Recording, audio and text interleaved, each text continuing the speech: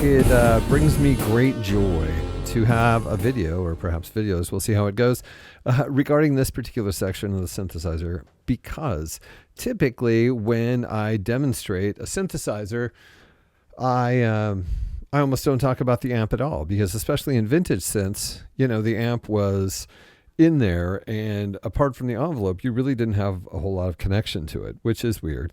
I mean, sometimes you did. Sometimes there was tremolo effects, etc. Anyway, the point is I never get to talk about the amp. And in the Taiga, the amp is important and super cool. So we're going to talk about the sort of functionality that we have here. Of course, we haven't talked much about the envelopes, but they are ADSR envelopes. And while I do like to demonstrate envelopes because each of them has different settings, different sounds, and different synths, usually they are the videos that people are thrilled the least about, because by this time everybody has a pretty good sense of the envelope, which was not at all true about 17 years ago. It seemed like no one really even got envelopes. Anyway, you wouldn't believe it now, so I'm going to stop saying this. Anyway, let's progress. We'll touch on the envelopes a little bit here, but in general, going to talk about the dynamics section. In the synthesizer, the VCA is crucial, but it's almost always completely used as the amplitude control as directed by the envelope. But in this case, of course, we have a modular synthesizer, so you can do anything you really want with it. And on top of that, it's got a lot of functionality.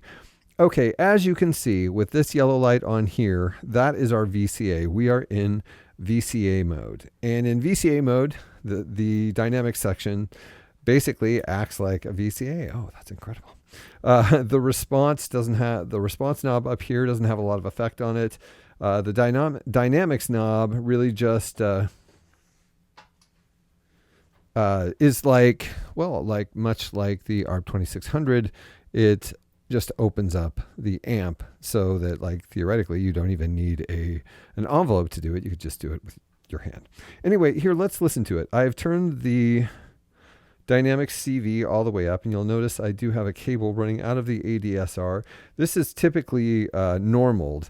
You typically wouldn't have to do this. The second ADSR is normaled to the dynamics section, so having the Dynamics CV turned up would mean that you were getting control from whatever the ADSR is doing. And with this setting that we have it right now set at sustained, this is what it would sound like. Of course, changing your envelope settings is going to change what your amp's going to do.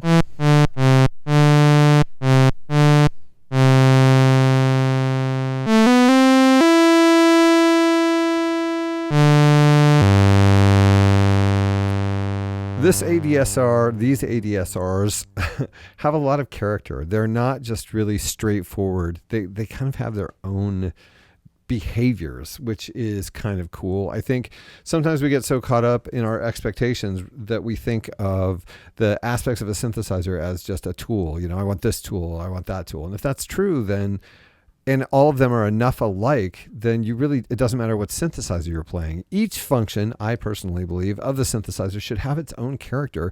Therefore, it gives the synthesizer its own character. And in doing so, there's much more interest in the synthesizer itself, instead of treating synthesizers like a bag of components that are just like the components in any other synth. Anyway, this ADSR has its own character, like a really long release time, and it goes into it relatively quickly.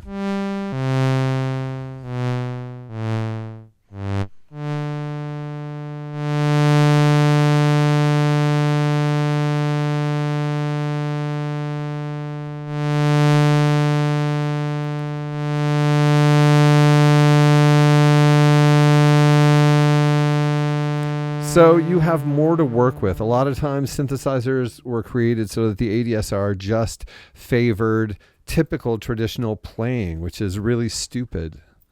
Because, you also want to engage in synthesis. Playing is awesome, but synthesis is also awesome, and you may be making a noise that has a really long attack and a really long decay release. So, anyway.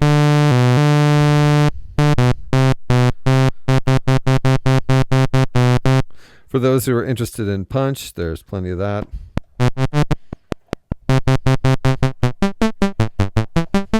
snappy, as they say.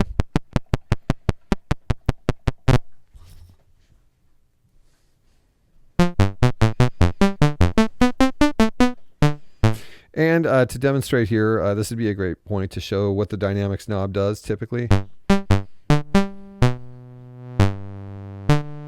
We get the effect of the envelope, and then the VCA is open as far as this knob would have it be.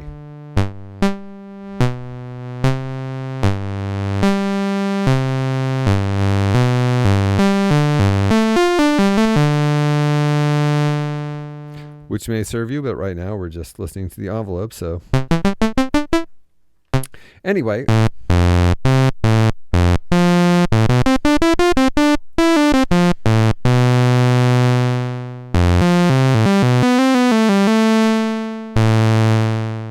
it just has really unique character. Like, it does interesting things. I'm not even sure what exactly it's doing, but it's not a typical envelope, and I like what it's doing. And like I said, if we start messing with response, in VCA mode, it doesn't do anything. The same with the low pass gate resonance, because we're not in low pass gate mode. We're not getting anything. Okay, also response CV. We're not getting anything because none of these things deal with a VCA. When you're in VCA mode, it's just a traditional VCA. And in that way, it's pretty much a straightforward VCA that probably wouldn't need to be talked about in a video. But we have cool functions. Keep in mind, of course, the dynamic CV, the more you turn it up, the more envelope you get. If you set it low,